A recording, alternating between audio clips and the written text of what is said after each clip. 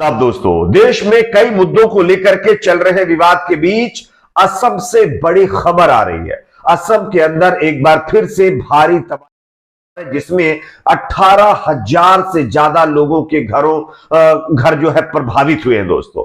और यहां पर एक तरह से हड़कंप मचा दिया है। किस तरह से, इसको लेकर के कुछ वीडियो फुटेज तस्वीरें सामने आ रही है जो आगे हम आपको दिखाने वाले हैं। साथ ही साथ दो और बड़ी खबरें इस वीडियो के जरिए से आपके साथ शेयर करेंगे। दूसरी बड़ी खबर आ रही है जम्मू कश्मीर से, जहां पर जम्मू कश्मीर प्रशासन और एलजी के खिलाफ लोग अब सड़कों पर हल्ला बोल चुके हैं।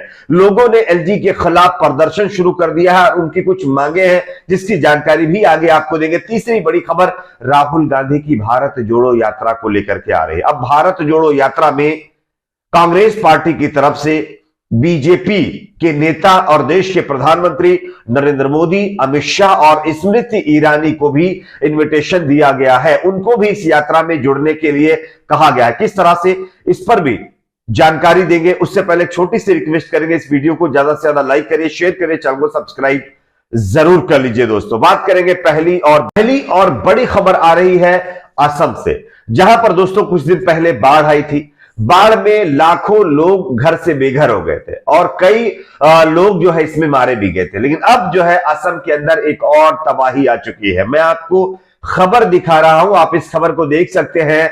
असम के कई जिलों में ओले गिरने से भयंकर तबाही हुई है। हजारों घर क्षतिग्रस्त हो गए हैं। जो आंकड़ा अभी तक आया उसके मुताबिक 18,000 आबादी इससे अब तक प्रभावित बताई जा रही है। यानी कि 18,000 से ज्यादा लोग इस जो है ओले गिरने की वजह से प्रभावित हो रहे हैं। खबर के मुताबिक असम के तिनसुकिया, चराईदेव, शिवसागर और डिब्रूगढ़ जिलों में मंगलवार को जम करके ओले पड़े हैं, जिसकी वजह से 4,481 घर आंशिक रूप से क्षतिग्रस्त हो गए हैं। वहीं जिन जिलों में ओले गिरे वहां पर ठंड बढ़ गई है और लोग घरों में दुबकने को मजबूर बताए जा रहे हैं। हालांकि इस तबाही की वजह से कई ट्रेनें रद्द कर दी गई हैं और कई ट्रेनें काफी ज्यादा लेट चल रही है। फिलहाल इस पूरी घटना को लेकर के जो असम की सरकार है, बीजेपी सरकार, वो पूरी तरह से अलर्ट मोड पर आ गई है और लोगों को सहायता मुहैया करवाने की बात कह रही है। लेकिन दोस्तों, असम के अंदर इससे पहले बाढ़ आप लोगों ने देखा होगा किस तरह से जो है तबाही मचाई थी। लेकिन अब जब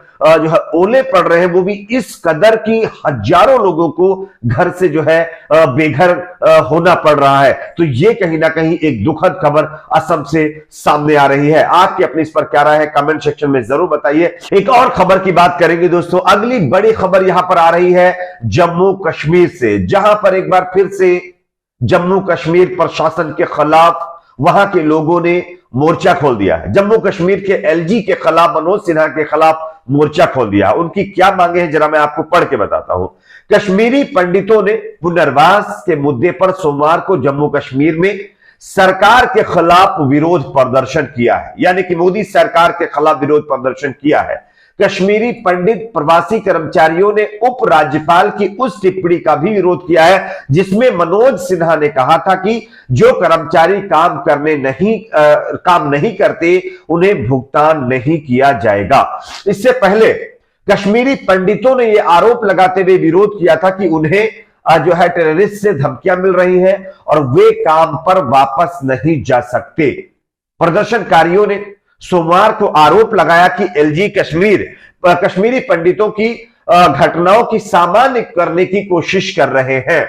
हाल ही में जो है एक कार्यक्रम में एलजी मनोज सिन्हा ने कहा था कि कश्मीर में धर्म के आधार पर जो घटनाएं हैं वो देखना बंद करें। प्रदर्शनकारियों के मुताबिक इस मुद्दे पर एलजी का रुख जो है उनके दुख के प्रति असंवेदनशील था। प्रदर्शनकारियों में से एक ने कहा कि एलजी साफ स्वीकार करते हैं कि यह टारगेट उदाहरण है, लेकिन इसे छिटपुट कहते हैं जो वास्तव में नहीं है। और इन तमाम चीजों को मद्देनजर रखते हुए सरकार के खिलाफ, एलजी के खिलाफ कश्मीरी पंडित लगातार विरोध प्रदर्शन कर रहे हैं। 200 से ज्यादा दिनों से कश्मीरी पंडित अपनी मांगों को लेकर के सड़कों पर बैठे हुए हैं।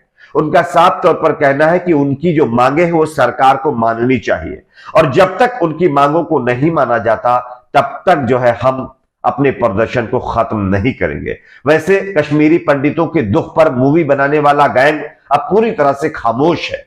अब उन कश्मीरी पंडितों के ऊपर आवाज नहीं उठा रहा है जो बेचारे आज घर से बेघर हुए पड़े हैं, जो अपने घर में जाने के लिए परेशान है, अपने घर में जाने के लिए डर भी रहे हैं। वो अपनी सुरक्षा मुहैया कराने की बात कर रहे हैं कि उनको सुरक्षा मिले ताकि वो अपने घर वापस जा सके, लेकिन उनको सुरक्षा देने की बात तो कहीं भी एंगल से हो रही नहीं हो रही इसकी कोई जानकारी नहीं है। लेकिन वो अब प्रदर्शन करने के लिए जरूर मजबूर बैठे हुए हैं और मीडिया के अंदर भी इसकी चर्चा नहीं हो रही है। और वो व्हाट्सएप यूनिवर्सिटी का गैंग जो कश्मीर फाइल मूवी को लेकर के कश्मीरी पंडितों का हमरा बन रहा था, वो भी आज पूरी तरह से नदारद है। क्योंकि आप जानते हैं कि अगर कश्मीरी पंडित जो अभी प्रदर्शन कर रहे हैं, अगर उनकी वो आवाज बनेंगे तो मामला किसके खिलाफ जाएगा, ये एक बहुत बड़ा सवाल है दोस्तों।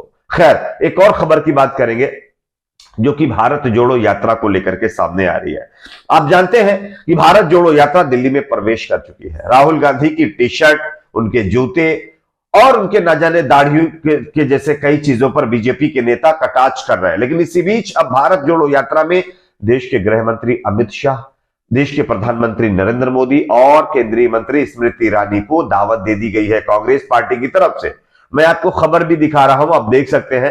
कांग्रेस ने रखा प्रस्ताव, प्रधानमंत्री मोदी सिर्फ 3 घंटे के लिए भारत जोड़ो यात्रा में हो शामिल, अमित शाह और स्मृति ईरानी को भी लाए। दरअसल बताया यह जाता है कि कांग्रेस ने भारत जोड़ो यात्रा के संदर्भ में भारतीय जनता पार्टी के राजनीतिक हमलों को लेकर कटाक्ष करते हुए मंगलवार को प्रधानमंत्री मोदी हाथ में तिरंगा लेकर इस यात्रा का हिस्सा बने, इसके लिए आमंत्रित है, ये कहा है कांग्रेस पार्टी की तरफ से। कहा गया क्योंकि इसमें मन के सारे विकार जो है खत्म हो जाएंगे। पार्टी प्रवक्ता गौरव वल्लभ ने भी कहा है कि सत्ता पक्ष को राहुल गांधी और यात्रा को लेकर झूठ फैलाने और आधारहीन बातें करने की बजाय अर्थव्यवस्था और रोजगार पर ध्यान देना चाहिए। जिस तरह से बीजेपी के नेता लगातार राहुल गांधी की टी शर्ट, जूते और दाढ़ी के ऊपर हमले बोल रहे हैं, उसका जवाब देते हुए कांग्रेस पार्टी की तरफ से अब प्रधानमंत्री मोदी, अमित शाह और स्मृति ईरानी को न्योता दिया गया है। उनका सीधे तौर पर कहना है कि जब मोदी जी और अमित शाह जी और स्मृति ईरानी जी भारत जोड़ो यात्रा में आकर के शामिल होंगे, तो जब भारत माता की जय और वंदे मातरम और जो है ऐसे हिंदुस्तान जिंदाबाद के नारे लगेंगे, तो उनके मन के अंदर की जो है ईर्ष्या और द्वेष भाव है वो खत्म हो जाएगा और उनको भी भारत जोड़ो यात्रा में आकर के अच्छा लगेगा। अब देखना होगा कि इस पर बीजेपी किस तरह से रिएक्ट करती है। लेकिन ये जो प्रस्ताव कांग्रेस पार्टी की तरफ से रखा गया है, इस पर अब विवाद होना लाजमी है। देखना होगा किस तरह का होगा। आपकी अपनी इस पर क्या राय है, कमेंट सेक्शन में जरूर बताएं। वीडियो को लाइक, शेयर, चैनल को सब्सक्राइब जरूर।